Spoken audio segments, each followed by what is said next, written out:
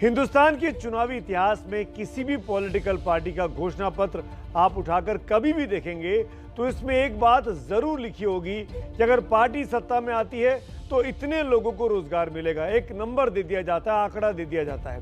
Number सबके अलग अलग हो सकते हैं, लेकिन वादा एक जरूर होता है कि हम रोजगार देंगे, हम बेरोजगारी दूर करेंगे। दरअसल ये वादे सीधे उन सपनों से जुड़ जाते हैं जो एक युवा देखता है। लेकिन हुआ क्या? नवंबर 2021 में हुए सरकारी सर्वे, जी हाँ, सरकारी सर्वे की रिपोर्ट देखिए, आप आंकड़ा देखकर हतप्रभ रहेंगे। यह आंकड़ा 15 से 29 साल के उन 3 राज्यों के नौजवानों के रोजगार का हाल बताता है जहां पर चुनाव हो रहे हैं। यूपी में कोरोना से पहले यानी जनवरी से मार्च 2020 में 15 से 29 साल के नौजवानों की बेरोजगारी दर 21.8% थी, जो एक साल बाद बढ़कर 23.2 हो गई। यूपी की बात कर रहा हूं। अब बात पंजाब की। पंजाब में इसी आयु वर्ग यानी 15 से 29 साल के नौजवानों की बेरोजगारी दर जो 21.2% थी, वो जनवरी से मार्च 2021 में थोड़ी कम हुई और 20.4% पर पहुंची। उत्तराखंड में जनवरी से मार्च 2020 ये बेरोजगारी की जो दर थी वो 21.5 थी, जो जनवरी से मार्च 2021 में बढ़कर 34.5 हो गई। उत्तराखंड का हाल तो बेहद ही चिंताजनक है। कोरोना काल में रोजगार गए, नौकरियों में कमी आई, इस सच से कोई इंकार नहीं कर सकता। लेकिन एक सच ये भी है कि जितनी कोशिश सरकारों को रोजगार के क्षेत्र में करनी चाहिए थी, उतनी कोशिश नहीं की गई। और सरकारें अगर कोशिश नहीं करेंगी तो कौन कोशिश करेगा? सरकारों की अगर नीतियां नहीं बनाएंगी तो कौन नीतियां बनाएगा? सरकार अगर निवेश लेकर नहीं आएगी तो कौन निवेश लेकर आएगा? इसीलिए सवाल सरकारों से है। लेकिन चुनाव है तो हर पार्टी एक बार फिर बड़े बड़े वादों के साथ मैदान में है।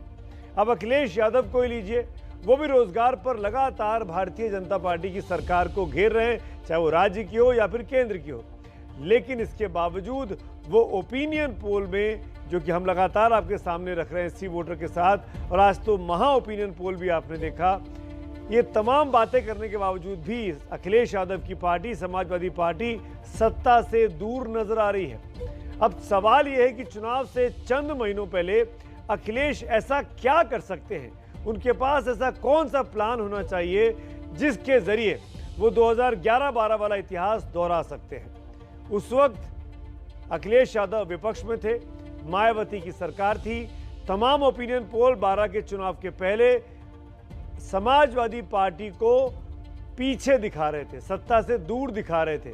लेकिन जब चुनाव होते हैं 12 के, तो अखिलेश यादव पहली बार उनकी पार्टी अपने दम पर सरकार बनाती है, अखिलेश मुख्यमंत्री बनते हैं। तो अब देखिए, चुनाव से ऐन पहले अखिलेश यादव ने बीजेपी को जो बड़ा झटका उस वक्त दिया था, वो कैसे दिया था, और इस वक्त एक शुरुआत तो करते हुए दिखाई देते हैं। आज बीजेपी के मंत्री और ओबीसी नेता स्वामी प्रसाद मौर्य, जो एक जमाने में बसपा के साथ थे, फिर भाजपा के साथ हुए, मंत्री रहे योगी के साथ सरकार में, आज उन्होंने पाला बदल लिया और वो साइकिल पर सवार हो गए हैं। तो क्या यही फॉर्मूला अखिलेश यादव का पहला दांव है लगातार बीजेपी को मात देने के लिए?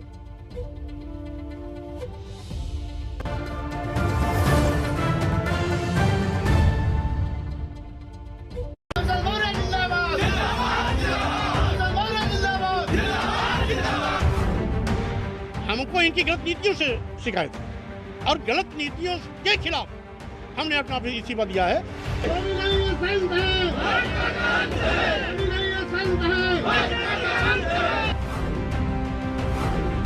अखिलेश की पार्टी में बीजेपी नेताओं का मेला हो बे? क्या चुनाव में बीजेपी का खेला हो बे? यूपी सरकार के कैबिनेट मंत्री स्वामी प्रसाद मौर्य ने इस्तीफा क्या दिया? यूपी की राजनीति में भूचाल आ गया। बीजेपी के लिए ऐन चुनाव से पहले ये तगड़ा झटका है। इस्तीफे के तुरंत बाद अखिलेश की ट्वीट की हुई ये तस्वीर बता रही है कि किस ठौर चले हैं स्वामी प्रसाद मौर्य। दलितों, पिछड़ों, किसानों, बेरोजगार नौजवानों और इसके साथ ही साथ छोटे लघु मध्यम व्यापारियों के साथ उपेक्षात्मक रवैया हुआ और इनके विरोध में कार्यक्रम चलाए गए, उसको देखते हुए मैंने मंत्रिमंडल से इस्तीफा दिया। 1-2 दिन के अंदर मैं सब कुछ स्पष्ट कर दूंगा, कहां जाना है कहां नहीं जाना ये भी स्पष्ट कर दूंगा।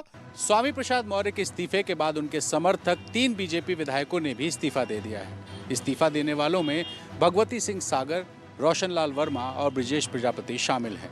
कहा जा रहा है कि कुछ और भी बीजेपी विधायक हैं जो स्वामी प्रसाद मौर्य के संपर्क में हैं और जल्द ही समाजवादी पार्टी में शामिल हो सकते हैं। कुल मिलाकर अखिलेश यादव का मेला होवे का ट्वीट बताता है कि जल्द ही वो बीजेपी के घर में कुछ बड़ा खेला करने की तैयारी में है। मौर्य के इस्तीफे के बाद बीजेपी ने तुरंत ही डिप्टी सीएम केशव प्रसाद मौर्य को उन्हें समझाने की जिम्मेदारी सौंप दी। केशव प्रसाद मौर्य ने ट्वीट किया, सियासत को जानने वाले ये बात अच्छी तरीके से समझते हैं कि पार्टियों से आना जाना यूं ही अचानक नहीं होता है। चुनाव में अब बहुत ज्यादा दिन नहीं बचे हैं और अखिलेश यादव भी गियर बदलने लगे हैं। इमरान मसूद का कांग्रेस से उनकी पार्टी में आना तय है और गठबंधन की पार्टियों के साथ वो सीटें भी लगातार फाइनल करते जा रहे हैं ताकि बीजेपी उनके गठबंधन को तोड़ नहीं सके। आरएलडी के साथ सीटों को लेकर समझौता हो गया है। एसपी के 6 उम्मीदवार आरएलडी के चुनाव चिन्ह पर लड़ेंगे। शिवपाल की पार्टी के साथ भी सीटों पर सहमति बन गई है। शिवपाल की पार्टी के प्रत्याशी एसपी के चुनाव चिन्ह पर लड़ेंगे। सवाल ये है कि अखिलेश की ये सारी कोशिश क्या उन्हें सत्ता तक पहुंचा पाएगी? सी वोटर के ओपिनियन पोल में वो बहुमत से दूर नजर आ रहे हैं। आपको याद होगा 2011 वाला, आप भी थे, किसी और चैनल में थे, मैं भी था और यशवंत देशमुख साहब भी थे। और ठीक 1 महीना पहले वो आकर क्या कह रहे थे और 1 महीना में क्या हुआ। 10 जनवरी को सी वोटर ओपिनियन पोल के नतीजे पर एसपी प्रवक्ता राजीव राय ने 2012 का उदाहरण दिया था। हम आपको दिखाते हैं कि उस वक्त ओपिनियन पोल्स के नतीजे क्या कह रहे थे। 2012 के एसी नीलसन के सर्वे में एसपी को 135 सीटें मिल रही थी तो बीएसपी 101 सीटों के साथ दूसरे नंबर पर थी। न्यूज 24 के सर्वे में एसपी को 127 सीटें मिलती दिख रही थी तो बीएसपी को 108 सीटें मिलने का अनुमान जताया गया था। इंडिया टीवी के सर्वे में एसपी को 134 से 142 सीटें मिलने का अनुमान जताया गया था जबकि बीएसपी को 139 से 147 सीटें मिलने का अनुमान था। यानी सारे सर्वे ये बता रहे थे कि उत्तर प्रदेश में किसी को बहुमत नहीं मिलेगा, लेकिन ओपिनियन पोल को गलत साबित कर समाजवादी पार्टी ने 224 सीटें जीती थी। ओपिनियन पोल उस वक्त में जनता की राय होती है और उसी के हिसाब से नेता अपनी रणनीति बदलते रहते हैं, जैसा कि अखिलेश यादव ने 2012 में किया था।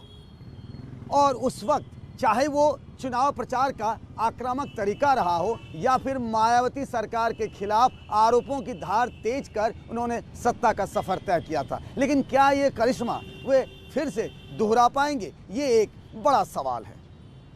लखनऊ में रणवीर के साथ पंकज झा।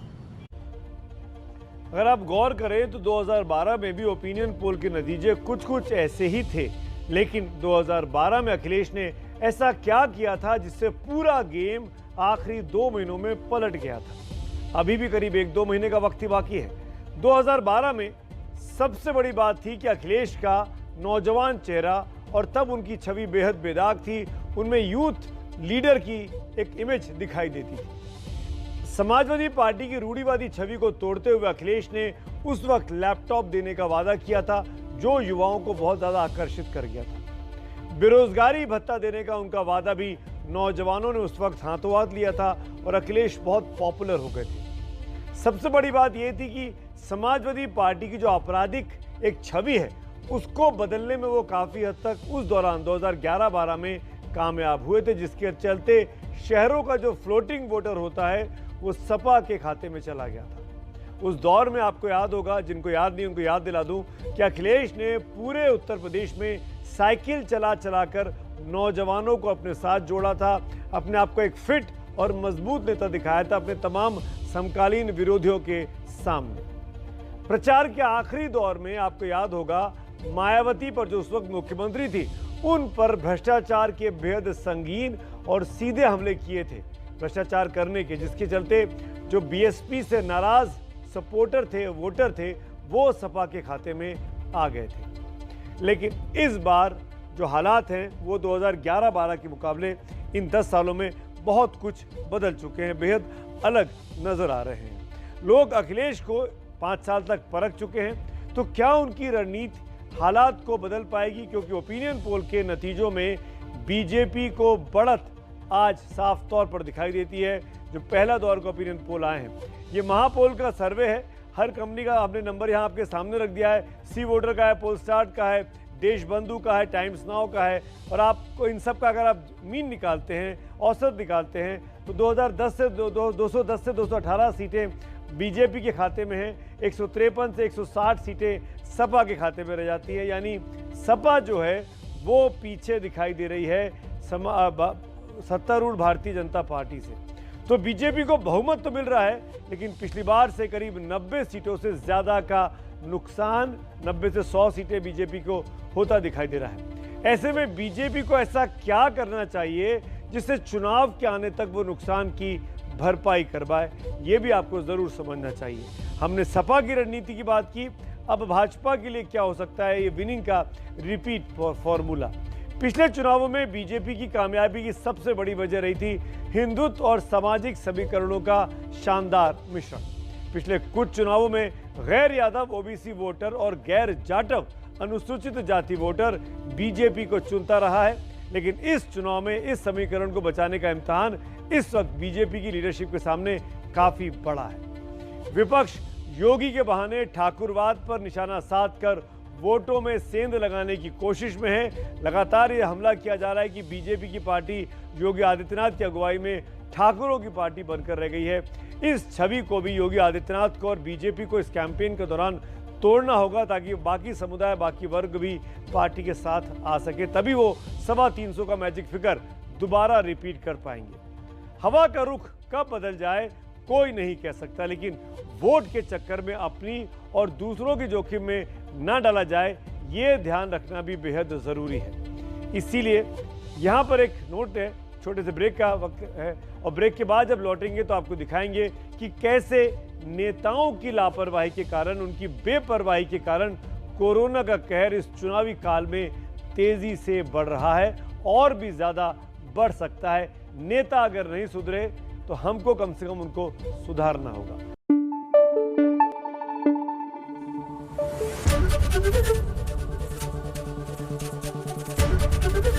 एबीपी न्यूज आपको रखे आगे।